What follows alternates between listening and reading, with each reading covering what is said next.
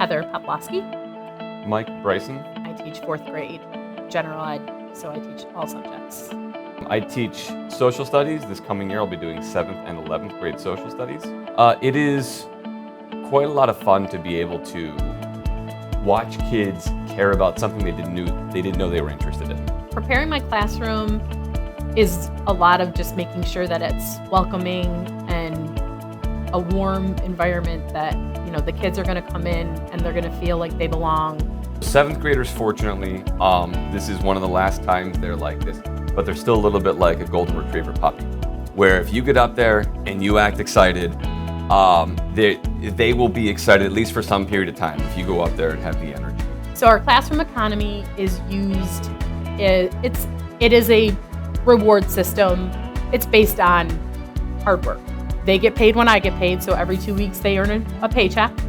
And then I open my pop store that afternoon, and the pop store is usually supplied with notebooks, mechanical pencils, pens, all kinds of funky, fun school supply stuff.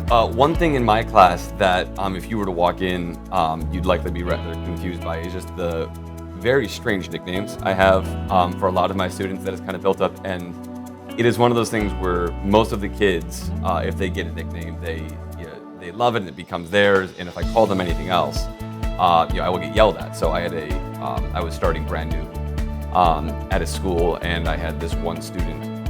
Her name was Chloe, and I forgot her name, and she yelled at me for forgetting her name. And I said to her, "Well, what, do you want me to call you Doug?" And she's like, "Yeah." And that became her name for the rest of my time there. We're trying to work as a community to make sure that our students have what they need to be successful.